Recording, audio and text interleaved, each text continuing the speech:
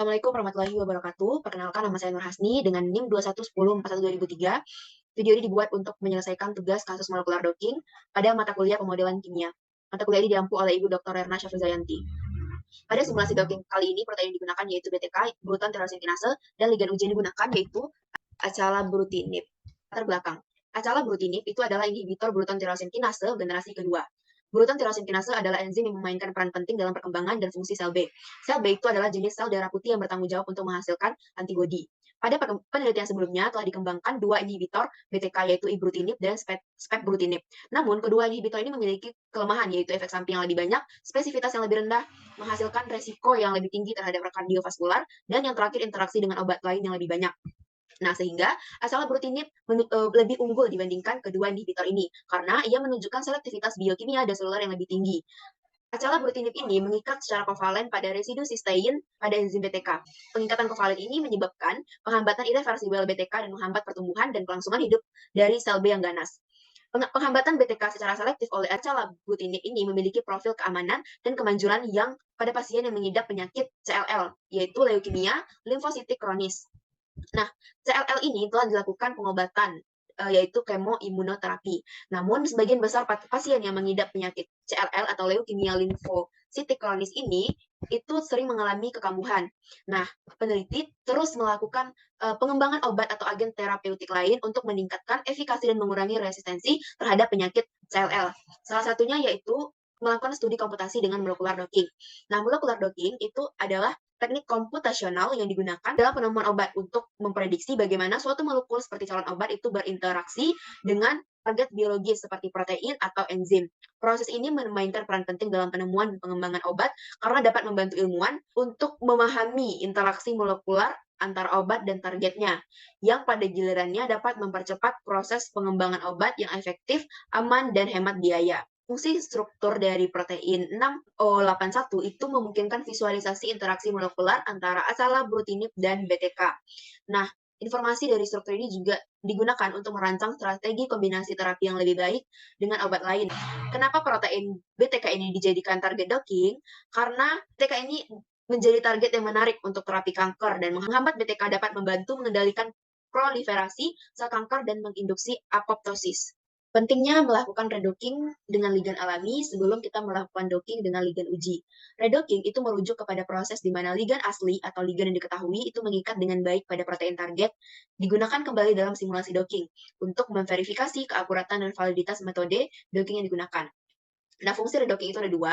Yang pertama itu redocking membantu memastikan bahwa protokol dan parameter yang digunakan dalam simulasi docking dapat secara akurat memprediksi posisi pengikatan ligand yang telah diketahui. Yang kedua, dengan melakukan redocking, peneliti dapat mengkalibrasi dan memvalidasi fungsi skor yang digunakan untuk mengevaluasi afinitas pengikatan ligand. Nah, ini proses pengerjaan redocking dan docking. Di mana sebelum kita melakukan docking, kita harus melakukan redocking terlebih dahulu dengan ligand alami. Nah, langkah pertama kita set preference dengan mengkopikan folder kerja kita. Ini langkah awal. Kemudian kita inputkan reseptor dalam format PDB yang telah kita pisahkan di PyMol. Kemudian kita preparasi, kita dot letter, kita atau polar only-nya, match dan polar, dan add Coleman charge-nya. Kemudian kita save dalam format PDB Kitty.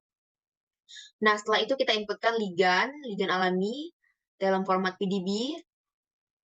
Nah, kemudian kita save juga dalam format PDB Kitty. Selanjutnya kita set met types, choose ligand alami, select ligand, dan kemudian kita atur grid box-nya.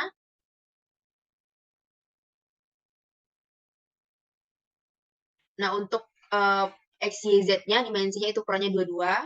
Kita sesuaikan dengan ukuran ligandnya.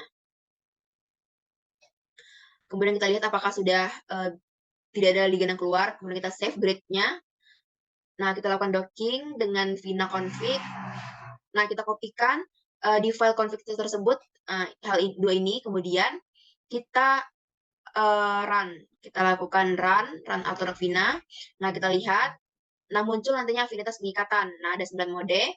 Kemudian kita masuk ke tahap docking dengan ligand uji. Nah, hal pertama tetap kita set preferensi terlebih dahulu. Kemudian kita ganti ligand alami dengan ligand uji. Nah, kita inputkan. Nah, ini kita save dulu reseptornya dalam bentuk PDB Kitty. karena kita beda folder kerja dengan ligand alami. Kemudian kita input ligand uji yang sudah dalam bentuk format PDB. Nah, setelah itu kita save dia dalam format PDB Kitty. Nah, kemudian kita set map types, kita choose ligand. Nah, ukuran grid tadi itu kita tidak ganggu gugat karena sudah sesuai dengan ligand alami tadi. Kemudian kita save gridnya. Nah, kita docking dengan Vina config, save, kemudian sama kita kopikan dua teks tersebut. Nah, kita running. Nah, dihasilkan nilai afinitas pengikatannya dengan 9 mode. Nah, kemudian setelah itu, setelah dilakukan simulasi docking, didapatkan hasil scoring dengan molecular docking. Nah, bisa kita lihat ini hasil redocking dengan ligand alami, menunjukkan nilai afinitas pengikatan tertinggi yaitu pada mode 1 bernilai negatif 9,0. Base mode RMSD-nya itu di bawah 2 Armstrong, yaitu didapatkan 0. Begitu juga dengan docking dengan ligand uji, itu didapatkan afinitas pengikatannya tertinggi pada mode 1 bernilai negatif 8,6 dan base mode RMSD-nya kecil dari 2 Armstrong. Nah, afinitas ini mencerminkan seberapa kuat dan stabil ligand dapat mengikat ke reseptor tertentu. Afinitas pengikatan yang tinggi atau bernilai semakin negatif, itu artinya ligand dan reseptor membentuk kompleks yang sangat stabil. Sedangkan afinitas yang rendah menunjukkan interaksi yang lebih lemah dan kurang stabil. Sehingga dapat disimpulkan bahwa ligand alami mengikat erat pada situs aktif protein. Hal ini berarti ligand alami lebih efektif menginduksi atau menginhibisi aktivitas protein target dibandingkan ligand uji. Nah, harapannya ligand uji ini memiliki nilai afinitas pengikatan yang setara dengan ligand alami. Namun, jika tidak setara, artinya ligand uji perlu dievaluasi ulang atau diganti dengan kandidat ligand yang baru yang memiliki afinitas pengikatan yang lebih baik.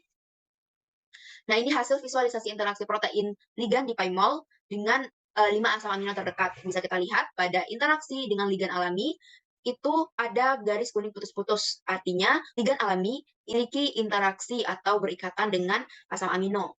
Kita lihat interaksi dengan ligand uji, ada garis kuning putus-putus, artinya ada ikatan antara ligand uji dengan asam amino. Nah, ini visualisasi jenis interaksi protein dengan ligand di plot. Nah, di plot itu lebih terlihat apa saja interaksi antara protein dengan ligand. Pada interaksi antara ligand alami dengan reseptor, itu bisa kita lihat ini ada 3 buah ikatan hidrogen, kemudian ini ada kontak hidrofobiknya. Begitu juga dengan interaksi reseptor dengan ligand uji, itu tidak ada ikatan hidrogen, tetapi kontak hidrofobiknya ada, yaitu sebanyak 5 buah. Nah, ini visualisasi jenis interaksi protein ligand pada model 1. Kenapa diambil model 1? Karena pada model 1 itu menunjukkan nilai afinitas pengikatan yang lebih negatif dari model-model lainnya. Nah, ini penggambaran atau penjelasan lebih lanjut mengenai jenis interaksi yang dihasilkan dan hubungannya dengan afinitas pengikatan. Setelah yang saya jelaskan tadi, bahwasanya pada redocking, itu jenis interaksi yang terjadi ada 3 buah ikatan hidrogen dan 1 buah interaksi hidrofobik. Sedangkan pada docking itu tidak ada ikatan hidrogen dan 5 buah interaksi hidrofobik. Nah, pada nilai docking score itu pada redocking menunjukkan nilai afinitas pengikatan yang lebih negatif daripada docking dengan ligand uji. Nah, hal ini menandakan bahwasanya pada redocking itu menghasilkan interaksi yang lebih stabil dan pengikatan yang lebih kuat antara reseptor dengan ligand alami dibandingkan docking dengan ligand uji. Kehadiran ikatan hidrogen yang optimal antara ligand dan situs aktif reseptor dapat meningkatkan stabilitas kompleks reseptor ligand.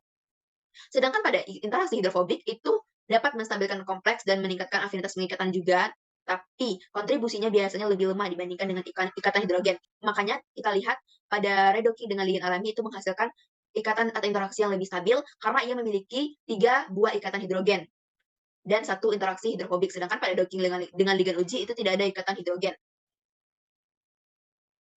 Nah, sehingga dapat disimpulkan yang pertama, acalabrutinib telah berhasil ditambahkan pada protein BTK dengan nilai docking score terendah yaitu min 8,6 kilokalori per mol. Yang kedua, interaksi antara acalabrutinib dengan protein BTK yaitu kontak hidrofobik. Yang ketiga, interaksi antara protein reseptor dengan ligand alaminya lebih stabil karena nilai afinitas ikatannya lebih negatif daripada afinitas ikatan antara reseptor dengan ligand uji acalabrutinib. Nah, yang terakhir, nilai docking score acalabrutinib protein target lebih tinggi dari docking score ligand alami protein target, sehingga lebih stabil pengikatan antara ligand alami dengan protein target. Untuk itu, perlu dicari alternatif lain mengenai ligand uji yang lebih berpotensi. Artinya, ia memiliki docking skor yang lebih negatif.